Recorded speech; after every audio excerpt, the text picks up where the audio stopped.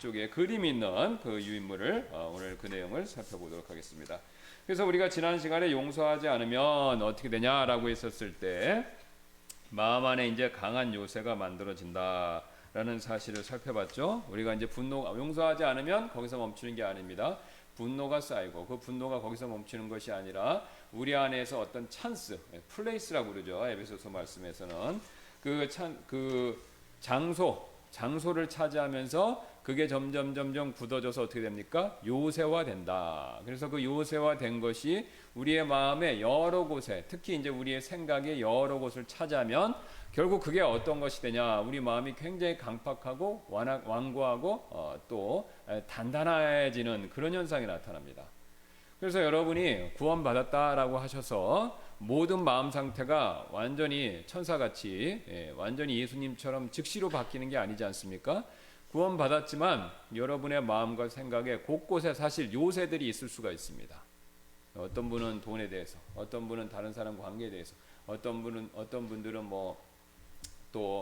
어떤 취미나 이런 것. 하여튼 우리가 사람들이 살아가는 모든 영역에 또 우리의 그와 관련된 모든 가치체계, 생각, 이런 모든 것들, 심지어는 문화적인 것들 안에도 그런 것들에 이런 요새들이 있을 수가 있습니다. 그럼 그 요새들에 의해서 지배를 받는 겁니다. 그러니까 그리스도인이 되는 과정은요, 구원받고 나서, 은혜로 구원받고 나서 우리 안에 있는 로마서에서 분명히 말씀하시지 않았습니까? 우리 생각이 변화야 돼요. 세상 생각에 동화된 그 세상 생각을 버리고 생각을 새롭게 함으로 우리가 예수 그리스도를 닮아가는 과정이 있어야 된다라고 말씀하시잖아요. 그러니까 우리 생각이 바뀌는 거예요. 근데 생각이 왜 안 바뀌냐? 그 생각에 바로 요새들이 존재하고 있기 때문에 그렇습니다. 그래서 그 요새들을 우리가 그것을 스스로 무너뜨려야만 우리가 온전한 생각과 마음을 가지면서 하나님같이 또 예수님같이 우리가 생각하고 또 마음가짐을 갖고 그 결과 행동할 수 있는 겁니다.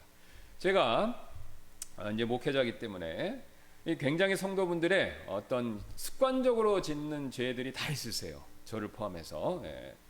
모든 분들이 있으세요. 왜 우리 날 때부터 죄인으로 태어났고 또 우리의 가정이 온전한 그리스도인의 가정이 아니라면요, 이게 굉장히 어떤 그 집안의 그 특이한 또 죄들이 있어요.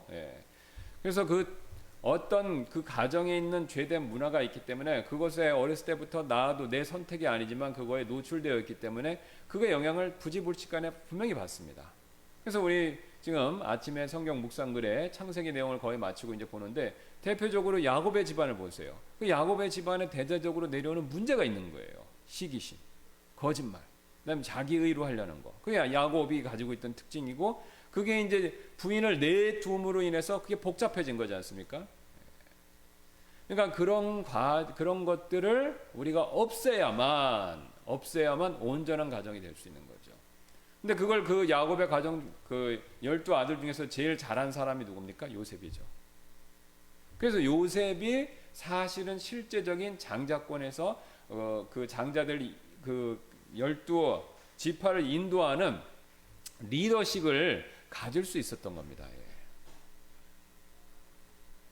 그러니까 우리가 가정 안에 가정마다 다 그게 있습니다. 없어야 되지만 어쩔 수 없이 있어요. 그거는 여러분의 재력, 학력, 어디에 사느냐, 외국어를 하느냐 못하냐, 인종 이런 거하고 무관합니다. 다 있어요.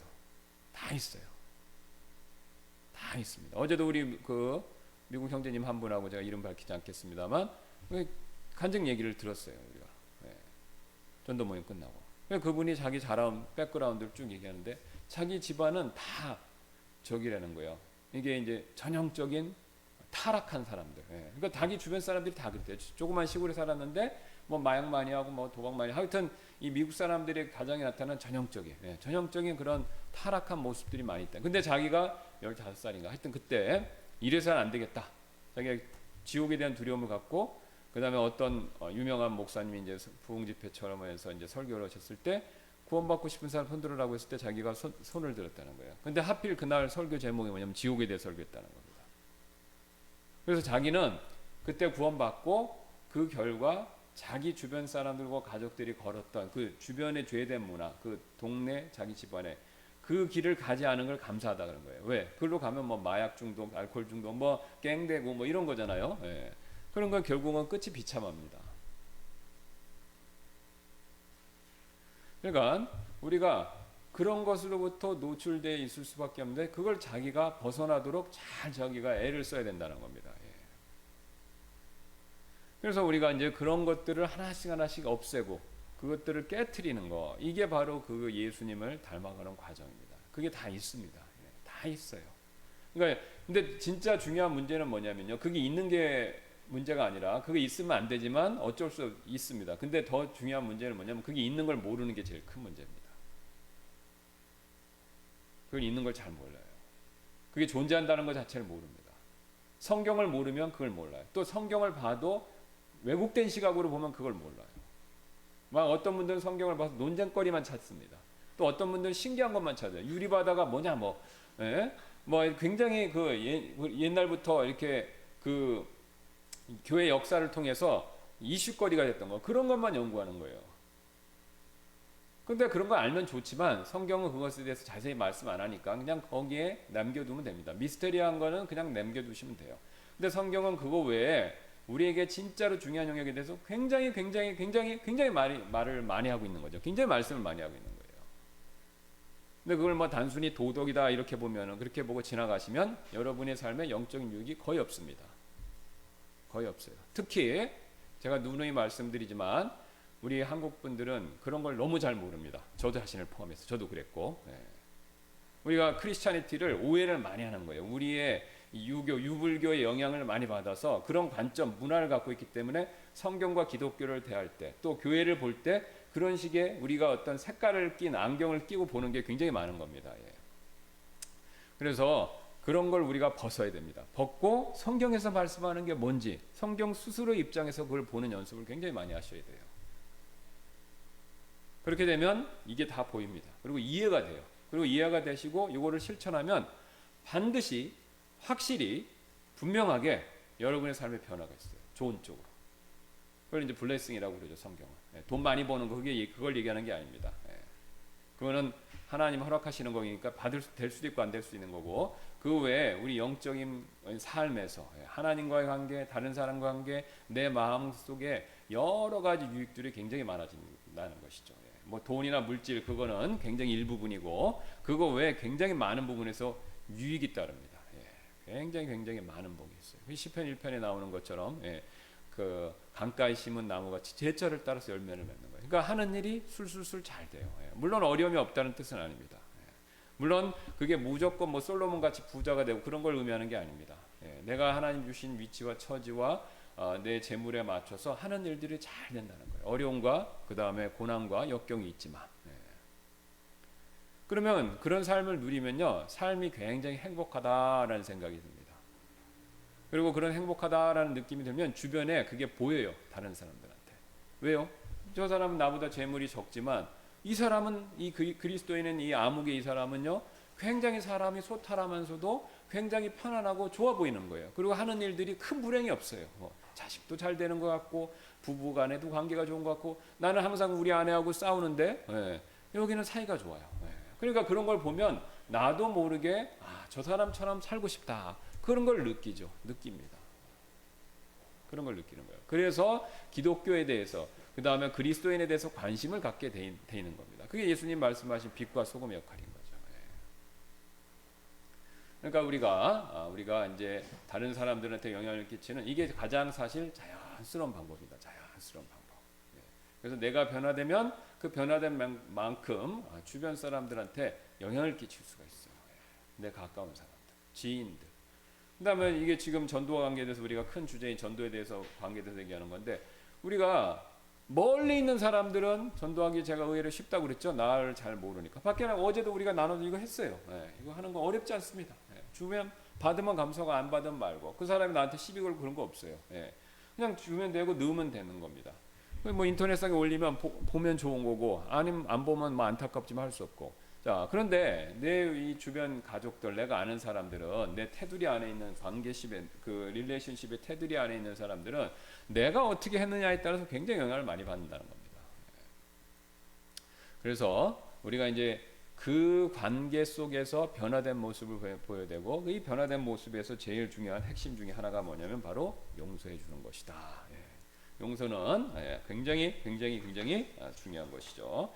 용서를 안 하면 이제 내 안에 있던 이런 이 분노가 그게 이제 강한 요새가 되고 강한 요새가 된 것이 결국은 내 삶을 역으로 지배하게 되어 있습니다. 그러니까 그 강한 요새가 사탄의 뿌락지, 뿌락지 아시죠? 나이 드신 분들은 다 아는데 러시아 말이잖아요. 뿌락지, 간첩. 그러니까 사탄이 밖에서 우리를 조종하는 수단 역할을 하는 게 강한 요새예요. 북한과 중국이 우리나라를 조종하기 위해서 간첩들을 보내갖고 그 간첩들을 통해서 우리나라를 지배하려고 하듯이 똑같은 겁니다. 똑같은 거예요. 사탄이 밖에서 우리 안에 강한 요새를 형성하게 조장을 해서 강한 요새가 형성되면 그걸 통해서 우리의 생각과 마음을 지배하는 겁니다. 그러니까 그거를 부셔야 돼요. 자, 그래서 부시는 방법은 바로 뭐냐? 우리가 겸손하게 예수님 말씀대로 순종해야 되는데 그 중에서도 뭡니까? 용서하라는 주님의 명령에 순종해야 된다. 자, 그러면 이제 용서를 통해서 우리 이제 마음이 이제 어떻게 자유로워지는지 그 과정을 한번 보도록 하겠습니다. 오늘 나눠드린 유인물을 보시면 거기 보시면 이제 20쪽 되겠습니다. 번호는 15번이 되는데, 자, 용서를 통해 마음이 자유로워지는 과정. 종종 사람들이 다른 사람들에게 저지른 자신의 잘못을 정당화하는 방법이 바로 다른 사람들의 잘못에 초점을 맞추는 것입니다. 그렇죠? 자, 저하고 누가 어떤 분이 부딪혔어요. 근데 객관적으로 그분은 80% 잘못했고 저는 20% 잘못했어요. 그러면 서로 이제 좋은 방법은 잘못을 인정하고 서로 화해하고 사이가 다시 원래대로 좋아지는 거. 이게 제일 이상적이지 않습니까?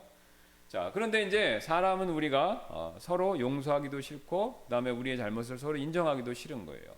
그러면 내가 봤을 때 이 사람 80% 잘못이니까 저 사람이 잘못했으니까 저 사람이 뉘우쳐야 돼 라고 우리가 이제 보통 생각하는데 반대입니다. 저쪽 80%의 잘못을 저지르고 그 사람은 내가 20% 잘못 저지른 거 있잖아요. 그것에 초점을 맞춘다는 거예요. 그러니까 부부간에 쉬운 예로 무슨 문제가 있어 다퉜습니다. 근데 남편이 80%를 잘못했어요. 근데 아내도 천사는 아니니까 20% 잘못한 게 뭐 있겠죠? 그러면 남편은요, 자기가 잘못했다고 얘기하고 싶지 않고 또 용서할 마음이 없으면 어떻게 합리화를 시키냐면 아내가 20% 잘못한 것을 비난하는 것으로 자기의 마음의 정당성을 주장합니다. 우리 다 알고 있죠? 우리 다 그런 식으로 경험하잖아요. 어제도 우리가 전도하려고 착 나가는데 여기 나가는데 벤츠가 있고 여기 기아 스타렉스 기아 카니발 최신식 차겠는데 이게 살짝 벤츠 있는데 부딪힐 뻔한 것 같아요. 부딪힌 것 같진 않고 부딪히려고 했던 것 같아요. 근데 둘이 나와갖고 이쪽은 젊은 사람, 이쪽은 나이 드신 분인데 서로 엄청 싸우는 거예요. 차를 막아놓고 한 5분 이상, 10분 가까이 막 삿대질을 막 하면서 의논하면서 서로 막 싸우는 거예요. 그러니까 뭐 보나마나 양쪽 다 서로 잘못이 있겠죠. 근데 자기가 서로 상대방이 잘못했다고 얘기만 하면 어떻게 됩니까? 서로 문제가 해결되지 않죠. 그러니까 우리는 항상 내가 잘못을 했더라도 내 잘못을 인정하고 싶지 않을 때 본능적으로 반사적으로 하는 행동이 있습니다. 다른 사람의 잘못을 그것을 비난하는 일을 시작한다는 거죠. 아무리 내가 잘못을 많이 하고 상대방이 적게 했더라도 그 사람의 20%나 10%나 심지어는 1% 잘못한 거 그거를 막 비난합니다. 그럼 비난하면 내 마음의 양심에 어떤 생각이 드냐면 내가 용서하지 않아도 된다라는 정당성을 부여하기 시작한다는 거예요.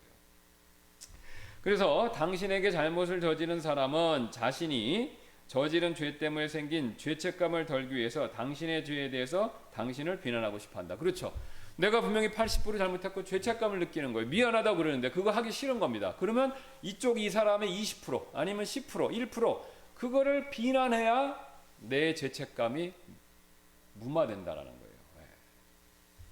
자, 비록 그들이 98% 틀렸다고 해도 여러분의 2%에 대해서 여러분을 비난함으로써 그들은 자신이 저지른 일에 대한 정당성을 느끼고 그들의 양심의 저울은 균형을 이룹니다. 그게 뭐냐면 자, 이게 이제 성경 시대에는요. 저울을 뭘 쓰냐면 지금 같은 전자저울이 없죠. 당연히 양팔 저울을 씁니다. 그러니까 무게추를 놓고 거기에 비교해서 넣는 거예요. 자, 그러면 이제 우리가 이제 항상 그래서 여러분 법무부 그림 보신 적 있어요? 그 모양 표시. 그러면 뭐죠? 그렇죠. 저울을 들고 있죠. 정의의 여신이라고 부르는 여신이 있고 눈을 가리고 있고 하나는 칼, 한쪽에 칼, 한쪽에 뭘 들고 있습니까? 저울을 갖고 있어요. 그러니까 저울로 측량을 한 겁니다. 그 당시 뭐가 옳고 그르냐, 어느 쪽이 그러니까 정확히 뭐냐면 어느 쪽이 무거운지, 그러니까 어느 쪽이 무거운지 그거를 측량하는 거예요. 자, 그러니까 뭐냐면 내 마음에 양심의 가책이 있잖아요. 그 양심의 가책이 찔려야 되는데 이 찔리는 걸 막기 위해서 상대방을 비난하는 걸 막 하면요, 이게 이렇게 되면서 양심의 가책이 내 양심의 가책을 덜 받는 겁니다. 이렇게 이게 맞춰진다는 거예요. 그러니까 상대적으로 내 양심의 가책을 덜 받는 겁니다. 남에 대한 비난을 안 하면 양심의 가책을 내가 많이 느끼기 때문에 내가 잘못했구나, 미안하다, 그러고 하나님한테 회개해야 되는데 해야겠다 이런 생각이 저절로 드는데 비난을 막 하면요, 이게 이렇게 올라가면서 그 생각이 사라지는 겁니다. 바로 요걸 얘기하는 거예요. 자, 그래서 이것은 그들이 자신들의 죄에 대한 온전한 무게를 느끼지 못하는 것을 의미합니다. 그렇죠? 이 죄진 것에 대한 무게를 이렇게 이게 무겁다, 이게 잘못된 거다, 이걸 느껴야 되는데, 이게 무겁다, 이게 잘못된 거다 느껴야 되는데 비난을 넘으로써 무겁지 않게 만들어 버린 거죠. 그래서 당신에게 잘못을 저지른 사람은 당신의 잘못에 대한 비난을 가지고 자신의 잘못에 대한 죄책감과 균형을 맞출 수 있을지 모르지만 그들은 여전히 자신의 잘못에 대한 죄책감을 완전히 제거할 수는 없습니다. 그렇죠? 자, 요게 죄책감이 있는데 이걸 비난을 넣어서 내가 무마시킬 수는 있지만 그렇다고 내 죄책감이 사라진 건 아니지 않습니까? 양심에? 그건 여전히 마음속에 남아있다는 거예요. 마음속에 여전히 남아있죠. 그리고 당신에게 잘못을 저지른 사람은 자신이 저지른 잘못에 대해서 죄책감을 느끼기 시작할 때마다 당신의 2%밖에 안 되는 잘못을 계속 비난해야 합니다. 자, 이게 무슨 소리냐면 이제 이렇게 맞췄는데 양심이 있으니까 이 죄책감을 조금 더 느끼는 거예요. 다시 이게 내려가는 거죠. 그러면 어떻게 됩니까? 요 내려간 상태에서 내가 회개해야 되는데, 미안하다고 그래야 되는데, 요걸 안 하고 싶으면 어떻게 해요? 비난을 막 더 하는 거죠. 그러면 이게 또 올라가는 거예요. 요 과정이 왔다 갔다 하는 겁니다. 요 과정. 그러니까 우리가 사실 그렇잖아요. 저도 그렇고 딱 생각을 해봐요. 남편과 아내에 대해서 잘못한 게 있어요. 내가 좀 잘못한 것 같은데 아니야. 옛날부터 우리 아내가, 우리 남편이 이런 습관이 있었어. 이번엔 내가 이거 잘못했지만 옛날부터 우리 남편과 아내가 그런 잘못이 있기 때문에 그건 나는 이해를 못해. 그러면 어떻게 됩니까? 내가 용서해줘야 되겠다라는 마음, 내가 미안하다고 하겠다는 마음이 싹 사라지죠. 이게 왔다 갔다 한다는 거예요, 우리 마음속에서. 자, 그래서 그 사람은 위의 그림처럼 자신의 양심의 저울의 균형을 유지하기 위해서 계속해서 당신을 비난하고 미워해야 하기 때문에 그 사람의 마음은 미움과 비난에 갇히는 속박 상태에 머무르게 됩니다. 바로 이겁니다. 자, 다시요. 잘못했어요? 이게 늘어가죠? 비난을 합니다. 올라가요. 근데 양심이 있으니까 이 죄책감을 완전히 없애지를 못하는 거예요. 그러니까 이게 있으니까 죄책감이 또 생기는 거예요. 그럼 비난을 넣습니다. 그러면 또 올라가는 거예요. 그러니까 이게 왔다 갔다 하면서 내 마음은 일종의 속박 상태가 되는 거예요. 그러니까 다람쥐 쳇바퀴 돌듯이 내 마음은 여기서 왔다 갔다 그러는 겁니다. 이게 이미 벌써 내 마음이 갇힌 상태가 되는 거예요. 자유를 못 누리는 상태가 되는 거예요. 그러니까 그걸 대표적으로 알 수 있는 게 마음이 이랬다 저랬다는 거죠. 미워했다가 용서해줘야 될 것 같은데 다시 또 미워하는 것 같고 또 미워하는 것 같다. 그러다 나중에 뭐냐? 아이 골치 아프다. 그렇죠? 생각하지 말자. 내 마음이, 그러면 벌써 내 마음이 두 마음. 성경에서 야고보서 말씀에서 경고하고 있지 않습니까? 두 마음을 품으면 마음에 정함이 없어요. 평안함이 없는 겁니다. 마음이 왔다 갔다 그러니까 평안함을 절대 누릴 수가 없어요. 그러니까 지금 말씀드리는 것은 뭐냐면 잘못을 해서 문제가 아닙니다. 물론 그건 문제죠. 근데 더 큰 문제는 뭐냐면, 진짜 문제는 뭐냐면 잘못했을 때 그걸 어떻게 해결할까? 이 방법을 모르니까 우리가 일상적으로 쓰는 이런 잘못된 방법을 쓰니까 오히려 내 마음의 상태가 나빠진다. 바로 이겁니다. 이게 문제라는 거예요. 이게 완전 습관이 들어버렸다는 거죠. 자, 반면 여러분은 그 사람처럼 98%의 잘못을 짓지 않는다고 하더라도 2% 여러분의 잘못에 대해서 하나님 앞에서 책임을 져야 합니다. 자, 그러면 이제 상대방 그렇게 해서 왔다 갔다 하는데 그럼 나는 어떻게 되냐라고 했을 때, 자, 보세요. 이제는 나와 하나님의 관계를 생각해 보셔야 돼요. 저 사람이 98% 잘못하고 나는 2%밖에 잘못 안 했어요. 그런데 내가 저 사람 98% 잘못한 걸 놓고만 보면 나는 내가 미안하다고 할 게 없어요. 사실 상대적이니까. 그런데 하나님을 기준으로 놓고 보면 어떻습니까? 나는 그 사람만큼 98% 잘못 안 했지만 2% 잘못한 건 있잖아요. 그러니까 2% 잘못한 것에 대해서는 내가 하나님 앞에 책임을 져야 되죠. 그렇죠? 그러니까 내가 해야 될 행동은 무엇이냐면 2%든 1%든 0.2%든 상관없이 내가 저 사람하고 관계에 있어서 내가 조금이라도 잘못한 게 있으면 그 부분은 내가 하나님 앞에서 뉘우쳐야 된다는 겁니다. 뉘우쳐야 되는 거죠. 그러면 내 마음 안에서 2%밖에 없어. 2%지만 내 마음 안에 죄책감이 있어요. 그걸 뉘우치면 그 2%의 죄책감이 사라지는 거예요. 왜요? 우리는 이미 구원받았고 예수 그리스도의 보혈을 통해서 죄사함의 권세를 다시 누리는 겁니다. 그러니까 우리가 그걸 고백하면요, 이게 사라지는 거예요. 그러니까 나는 자유로움을 느끼게 되는 거죠. 그래서 요한일서 1장 8절에 이렇게 말씀하시잖아요. 만일 우리에게 죄가 없다고 우리가 말하면 우리가 우리 자신을 속이며 또 진리가 우리 속에 있지 아니하느니라. 그렇죠. 구원받고 나서도 죄가 하나도 없다. 그렇게 말할 수 없는 겁니다. 죄가 있어요. 다른 사람과의 관계에 있어서 분명히 잘못하는 거 있죠. 이것은 기록된 바 의로운 자는 없나니 단 한 사람도 없고 모든 사람이 죄를 지어 하나님 영광에 이르지 못하는 거죠. 그러니까 지금 이 제가 말씀드린 내용은 뭐냐면 다른 사람들과의 관계에서 이 잘잘못을 따져서 그것을 용서를 못해서 그게 복잡한 관계로 갈 때 해결하는 방법을 말씀드리는 겁니다. 그래서 상대방은 98%, 나는 2% 잘못인데 어떻게 되냐? 2% 잘못을 하나님께 나도 뉘우쳐야 된다. 자, 그래서 다른 사람이 얼마나 잘못했는지 이것에 관계없이 상관없이 여러분은 자신의 잘못에 대해서 용서를 구할 책임이 있습니다. 근데 마태복음 5장 23절에서도 예수님이 이렇게 말씀해 주셨죠. 그러므로 내가 내 예물을 제단으로 가져오다가 너를 대적할 어떤 일이 내 형제에게 있음을 거기서 기억하거든 내 예물을 거기에 제단 앞에 두고 내 길로 가서 맨 먼저 내 형제와 화해하고 그 뒤에 와서 내 예물을 드리라. 자, 예배 드리러 갈 때 하나님 만나러 갈 때 생각이 갑자기 난 거예요. 내 형제하고 무슨 다툰 일이 있었어요. 그럼 다툰 일을 10일 가지면 뭐 6대 4로 나오든지 7대 3으로 나오든지 2대 8로 나오든지 98대 2로 나오든지 뭔가 나오겠죠? 그죠? 예. 근데 내가 2%밖에 안 했어요. 0.2%밖에 안 했어요. 아니 0.0002%밖에 잘못 안 했어요. 그러니까 나는 괜찮고 저 사람은 나빠 라고 생각해서 멈추시면 안 된다는 겁니다. 왜? 지금 예배드리고 하나님께 가려면 내가 비록 0.00002% 잘못한 거 있다 하더라도 그걸 가지고 어떻게 됩니까? 하나님 앞에서 용서를 구해야 됩니다. 잘못한 걸 용서하고 그 다음에 그 형제와 그것을 풀어야 된다는 것이죠. 이게 만약에 여러분 우리가 이 사람은 98% 난 2% 그래서 저 사람이 진짜 나쁘게 잘못한 거야 라고 그 논조에 빠져 있으시면 그 생각에 갇히시면요 예수님이 비유로 말씀하신 바리새인과 세리의 기도에 딱 걸리는 겁니다. 그 원리에. 저 세리와 같지 아니함을 나는 감사하나이다. 이 상태가 되는 거예요. 그럼 여러분은 절대로 마음 안에서 죄책감으로부터 자유로워질 수가 없어요. 왜? 항상 저 사람을 보니까. 항상 나보다 못한 사람을 상대로 나를 의롭게 만드니까 근데 그 의는 하나님 앞에서 무효한 겁니다. 왜요? 하나님 보시는 도토리 키재기잖아요. 그렇죠? 2%라도 잘못이 있으니까. 그러니까 내가 2% 잘못한 것을 인정하고 그 다음에 가능하다면 화해를 시도해야 된다라는 것이죠. 자, 그래서 겸손하게 이 말씀대로 죄에 대한 용서를 구하면 죄의식이 사라지고 책임 게임이 끝나게 됩니다. 그게 뭐냐면요. 자, 그럼 보세요. 내가 아무리 생각해봤는데 2% 내가 잘못이 있어. 그럼 하나님 앞에 회개하고 그 다음에 그 2%에 대해서 상대방한테 미안하다고 용서를 구하는 겁니다. 그러면 놀라운 일이 벌어져요. 어떤 일이 벌냐면 나는 이 지금 서로 책임을 씌우는 이 책임 게임에서 나는 자유로워지는 거예요. 자, 이게 무슨 말이냐면요.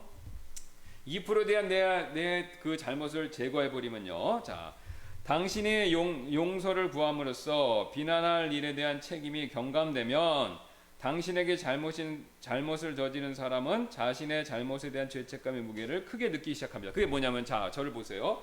각자 양심의 저울이 있는 거예요. 나는 그럼 2% 갖고 있는데 나는 2%에 대한 거를 다 고백했습니다. 그래서 나는 하나님한테도 용서를 구했고 자백했고 이 사람한테도 비록 2%밖에 잘못 안 했지만 그 2% 내용은 그대로 미안하다 그런 거예요. 자, 그러면 어떤 일이 뭐냐면요. 이 상대방은요. 98% 잘못을 저지른 사람은 이제 굉장히 곤란해집니다. 왜냐? 자기가 98% 죄책감 느낀 거에 대해서 2% 나의 잘못을 정죄함으로써 이걸 맞추고 있었잖아요. 근데 내가 2%에 대한 잘못을 고백하고 용서를 구했기 때문에 이제 나를 비난할 수가 없는 거예요. 왜? 내가 미안하다고 그랬는데 2%에 대해서 미안하다고 그랬는데 하나님께 회개하고 당신한테 진심으로 미안하다고 그러는데 더 이상 이 사람이 이것에 대해서 비난할 수가 없는 거예요. 그러면 그 결과 어떻게 되냐? 이 사람 이 상태로 가버립니다. 그러면 이제 이 사람은 딱 둘 중에 하나로 되는 거예요. 이 사람과의 관계가 끊어지던가 끝까지 용서 안 하면 자기가 죄책감을 엄청 느끼기 때문에 이제 자기도 미안하다고 그래야 돼요. 그러니까 더 쉬운 예로 부부간에 문제가 있었어요. 남편이 잘못을 했어요. 98%, 나는 2%. 근데 내가 가만히 보니까 2%가 맞아. 있어. 그러면 2%가 있으면 하나님께 뉘우치고 그 다음에 남편에 대해서 2% 잘못한 것에 대해서 인정을 하는 거예요. 미안하다. 그건 내가 미안하다. 그건 내가 잘못한 거다. 그러면 남편이 어떻게 되냐면요. 나의 2%를 계속 비난하면서 자기 98% 잘못한 것을 무마시키려고 했던 시도가 이제는 할 수 없게 된다는 거예요. 그러면 이제 남편이 그때는 그래 당신 잘못했지 하지만 뒤돌아서 자기도 잘 생각해 보면요. 자기의 98% 죄 지은 것이 점점 그게 크게 다가온다는 거예요. 그러니까 이제 부부니까 서로 이 일 때문에 헤어지자라고 말 못할 것 같으면 이것 때문에 나는 헤어질 거다라고 말할 자신이 없으면 자기가 어떻게 돼요? 자기도 그거를 미안하다 그럴 수밖에 없는 거예요. 자, 그래서 우리가 통상 이런 경험을 많이 하잖아요. 둘이 싸웠는데 부부가 그러면 이제 보통 영화나 드라마 같은 데서죠. 내가 그 2% 잘못한 것을 미안하다고 해요. 그러면 상대방 배우자가 영화나 드라마에 나오는 굉장히 훌륭한 사람이 그래 나 여보 나도 잘못했어 하면서 자기도 잘못한 거를 얘기하고 서로 화해하는 장면. 그죠? 그게 가장 이상적인 겁니다. 그게 그 자리에서 이루어질 수도 있고 차후에 이루어질 수도 있고 나중에 이루어질 수도 있어요. 그러나 이 과정은 반드시 그대로 진행된다라는 겁니다. 제가 최근에 이걸 그대로 한번 해봤어요. 우리 교회에서 그것도. 제가 누구라고 이름 밝히지 않겠습니다. 효과가 있어요. 사실 우리가 이 방법을 이미 쓰고 있습니다. 나도 모르게. 그래서 알고 있는데 제가 단지 정리해서 명확하게 설명드리는 것 뿐이에요. 성경에서 말하는 원리의 근거에서. 그러니까 여러분께서 이 관계에 있어서 문제되는 걸 푸시려면요, 이 방법을 쓰시면 돼요. 그러니까 충돌하잖아요. 그러면 시비가 나눠져요. 뭐 5대5부터 시작해서 6대4, 뭐 8대 다 나눠지게 돼 있어요. 그럼 여러분이 잘못한 것에만 대해서 여러분이 하나님께 회개하시고, 그다음에 상대방에게 대해서 미안하다. 그 부분만. 내가 하지도 않은 걸 미안하다고 할 필요는 없잖아요. 그 부분만 미안하다라고 하시면 돼요. 그러면 나머지 잘못에 대한 죄책감을 상대방은 많이 느끼게 돼 있어요. 그렇게 되면 이 사람이 이제 자기도 어쩔 수 없이 뉘우치던가 아니면 더 곤란한 상태에 빠지게 돼 있습니다. 그러니까 이게 뭐냐면 하나님이 자동으로 그 사람한테 뭐냐면은 일종의 심판을 내리시는 거예요. 그렇게 하면요 어떤 일 벌어지냐면요, 내가 그렇게 했어요. 남편이 그래갖고 그런데 뉘우치지 않잖아요. 내가 미안한데 그러면 남편이 그다음부터 눈치 봅니다. 왜? 자기 양심이 찔리니까. 그잖아요. 이쪽은 눈치를 보게 돼 있어요. 자기도 미안하다고 얘기를 해야 되는데 그거 안 하고 있으면 이 사람이 찔리는 거예요. 자기 마음에 이제 죄책감이 확 오는 거죠. 이게 내릴 수가 없는 거예요. 왜? 미안하다고 그렇게 얘기했으니까. 그러니까 이 사람은 나를 눈치를 보고 더 나한테 미안하게 대할 수밖에 없는 겁니다. 그럼 그때 이제 지혜로우면 당신의 마음을 내가 알아요. 그리고 이제 그렇게 지내지 말고 우리 화해하고 좋게 지냅시다. 그렇게 얘기하면 이분이 이제 감동을 받아서 내가 잘못한 것 같다. 그 얘기를 할 수가 있는 거죠. 아니 마음이 더 완악하면 좀 더 안 할 거예요. 그러나 계속 양심의 괴로움을 느끼는 겁니다. 이 사람은. 그래서 이 관계로 계속해서 이게 반복적으로 일어나게 되어 있다라는 거죠. 우리의 마음 안에. 자, 그래서 우리가 그러면 여러분 보세요. 우리가 지금 용서했어요. 하나님께 잘못했다고 얘기하고 서로 용서해. 그럼 이 사람도 용서해서 자기가 잘못한 것을 고백하고 하나님께 잘못한 고백하고 또 자기 이 98% 잘못한 것을 그걸 인정한 겁니다. 용서했어요. 그러면 두 사람 안에 있는 마음의 죄책감, 나는 2%에 대한 죄책감 그걸 내려놓을 수가 있는 거고 이 사람은 98%에 대한 죄책감을 내려놓을 수가 있는 거예요. 그러면 두 사람도 어떻습니까? 마음에 이제 자유함이 있는 겁니다. 마음의 자유함이 있어요. 그러니까 성경은 이런 자세한 내용을 직접적으로 말씀하지 않지만 원리상으로 그것을 우리에게 충분히 말씀해 주시고, 그래서 그냥 결론만 서로 다툴 일이 있으면 용서해 주라는 거예요. 참고 용서해 주라는 거예요. 그러니까 용서하면은 이 과정이 프로세스가 가는 겁니다. 이게 가는 거예요. 단 이게 조심할 게 있습니다. 아까 말씀드렸던 것처럼 뭐 법적인 문제가 있을 때는 그 내가 미안하다는 말을 할지 안 할지는 지혜롭게 하셔야 돼요. 뭐 차 이렇게 시비가 붙었는데 보험금과 관련된 거, 그런 거에 대해서는 지혜롭게 말씀을 하셔야 돼요. 무조건 내가 잘못했다라고 하면 법적 문제에 있어서 손해 볼 수 있죠. 그런데 그거 외에 내가 잘하는 사람들과의 관계에 있어서는, 내가 모르는 사람한테는 조심하셔야 되는데, 이 방법을 쓸지 않을지는 그때 지혜를 구하셔야 되고, 내가 잘하는 가족, 지인, 교회 성도, 직장 동료 이런 사람들의 관계일 때는요, 바로 이 방법을 쓰시면 효과가 있습니다. 효과가 있습니다. 그래서 여러분이 양심적으로 잘 생각해 보시고, 내가 잘못한 게 있다. 그러면 하나님께 인정합니다. 그리고 기회를 봐서 그 사람한테 미안하다고, 그 부분만 미안하다고 딱 얘기하시는 거예요. 그럼 그 사람이 받아들이든 안 받아들이든 그 사람 결정인데, 그 사람이 안 받아들이면 나를 비난할 수가 없어요, 더 이상. 왜? 그 자기가 비난한 거리를 내가 미안하다고 그랬으니까. 그럼 이 사람은 이제 이렇게 되는 겁니다. 그 양심의 가책이, 죄의 무게가 굉장히 커지는 거예요. 그럼 괴로워요. 괴롭고 내 눈치를 보게 돼 있어요. 그래서 그 사람이 그 괴롭고 그러니까 미안, 나도 화해하겠다라고 이렇게 직간접적으로 얘기하면 그게 풀리는 거고, 이 사람이 그 상태를 계속 유지하면은 그 상태로 계속 가면서 괴로움만 증대된다라는 것이죠. 그러니까 이미 용서하지 않는 사람이 심판을 받고 있는 겁니다. 심판을 받는 거예요. 왜요? 자유함이 없잖아요. 여기서 계속 이렇게 왔다 갔다. 다람쥐 쳇바퀴 돌듯이 내 마음 안에 그게 묶여 있는 겁니다. 그러니까 벗어날 수가 없어요. 거기서 무슨 방법을 써도 못 벗어납니다. 하나님의 이 용서의 방법을 통하지 않고는 그 사슬에서, 그 굴레에서 나올 수가 없는 거예요. 그리고 이제 이런 게 너무 많이 돼 있는 사람은 계속 그런 걸 사는 거예요. 여러분, 왜 이 폭력 막 휘두르는 사람이 있죠? 그 사람들은 왜 그러냐면요, 이게 완전 습관화된 겁니다. 그러니까 조그만 것만 봐도 막 화를 내는 사람들이 있어요. 이게 완전히 이게 습관화돼서 그런 겁니다. 굉장히 안 좋은 상태에 빠진 거죠. 자, 그래서 이처럼 이제 겸손의 마음을 가지고 내가 먼저 용서를 구할 때 하나님의 영은 여러분의 겸손한 마음을 이용하여 죄인의 마음에 경건한 찔림을 줄 수 있습니다. 그래서 위의 그림처럼 서로 용서해야 양심에 걸리는 일이 없어서 마음의 자유함을 누릴 수 있죠. 이게 사도행전 24장 16절 보겠습니다. 바울이 이제 했던 얘기죠. 이 소망 속에서 나는 하나님과 사람들을 향하여 항상 양심에 실족하게 하는 일이 없도록 스스로 힘쓰나이다. 그러니까 자기는 하나님과 다른 사람 앞에서 양심에 걸리는 일을 안 하려고 굉장히 애를 썼다는 거예요. 굉장히 애를 많이 썼다는 겁니다. 그러니까 자기가 실수한 거 있으면 인정하고, 그걸 얘기하죠. 그러니까 요 바울의 요 고백은요, 여러분이 고린도 전후서, 특히 고린도 후서를 보시면 바울이 굉장히 그걸 잘 표현해요. 바울이 고린도 교인들에게 잘못한 것을 혼냈잖아요. 근데 혼낸 걸로 인해서 그들이 기분 나빠하고 실족할까봐 그것까지 바울이 신경 쓰면서, 만약에 그런 것이 있다면 너희는 나를 용서하라, 그런 표현이 나와요. 그거 굉장히 놀랍죠.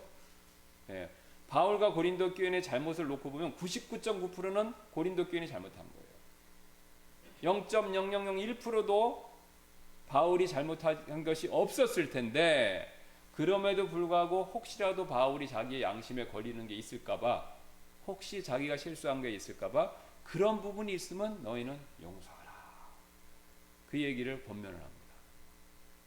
그러니까 그 다음에 어떤 일이 벌어진지 아십니까? 고린도 교인들이 회개했습니다. 그리고 자기 죄를 뉘우치고 바울의 말을 받아들이고, 그 다음에 그들이 다시금 사도 바울과 좋은 관계를 회복했다는 겁니다. 그러니까 바울이 초두에 그런 얘기를 해요. 내가 매를 가지고 가랴. 근데 바울은 매를 가지고 가지 않았죠. 오래 참으면서 인내하면서 권면했고, 또 자기가 혹시 잘못한 것이 있다면 그 부분은 내가 인정하겠다. 그러니까 저쪽에서 양심에 굉장히 많은 가책을 느낀 거죠. 그러니까 그리고 나중에 고린도 교인들이 회개한 겁니다. 찔림받아서. 자, 그래서 우리가 폭력을 쓸 필요가 없어요. 물리력을 쓸 필요도 없고, 그 다음에 화내는 거를 계속 할 필요도 없는 겁니다. 이 작용을 이 원리를 이해하시면 이 방법대로 하시면 돼요. 물론 쉽지는 않습니다. 상대방 잘못한 것에 대해서 내가 인내하는 것이 결코 쉬운 일은 아니죠. 그러나 이 방법으로 하셔야 효과가 있습니다. 안 그러면 계속 서로 싸워요. 해결책이 없습니다. 그리고 사이는 점점 나빠집니다. 사이가 나빠져요. 이 방법 외에는 성경은 그 어떤 해결책도 얘기하고 있지 않는다라는 것이죠. 그래서 한번 해보시기 바랍니다. 여러분이 사실 저와 여러분이 이미 알고 있어요. 경험적으로 알고 있는데 이걸 원리상 정확하게 정리하고 이 방법을 한번 써보는 겁니다. 그러면 여러분이 이제 이해하시는 방향에서 그게 효과가 있는 것을 분명히 보실 수 있을 것입니다. 기도하고 마치겠습니다. 감사합니다. 하나님께서 오늘도 우리가 하나님 말씀에 근거해서 우리가 어떻게 상대방을 용서하는 것이 필요한지에 대해 내용을 살펴볼 수 있게 해주셔서 감사드리고, 우리가 이 말씀을 우리의 마음속에서 그대로 순종해서 우리 주변에 있는 사람들과 어쨌든 간에 더 좋은 관계를 유지하고 또 하나님의 사람으로서 빛과 소금의 역할을 우리가 잘 감당할 수 있도록 하나님께서 우리를 더 변화시켜 주옵소서. 사탄은 항상 하나님이 가르쳐 주시는 방법과 또 원리와 정반대의 것을 우리에게 속삭입니다. 우리에게 분노를 증대시키고 또 맞서 싸우게 하고 또 용서를 거절하게 하는 그런 마음들을 항상 줍니다. 그러나 그리스도께서는 십자가에서도 자신을 해하려는 자들을 용서하셨던 것처럼 우리가 그런 마음으로 상대방에 대해서 용서하고 또 하나님 앞에서 양심상 올바른 길을 걷는다면 우리가 더 많은 자유와 그리스도를 닮는 일이 일어날 줄로 믿습니다. 우리가 그런 삶을 살아서 우리 마음 안에 더 기쁨과 평안이 넘칠 수 있도록, 자유함이 넘칠 수 있도록 도와주시길 원하며 감사드리며 모든 말씀 예수님의 존귀하신 이름으로 기도드렸습니다. 아멘. 마쳤습니다.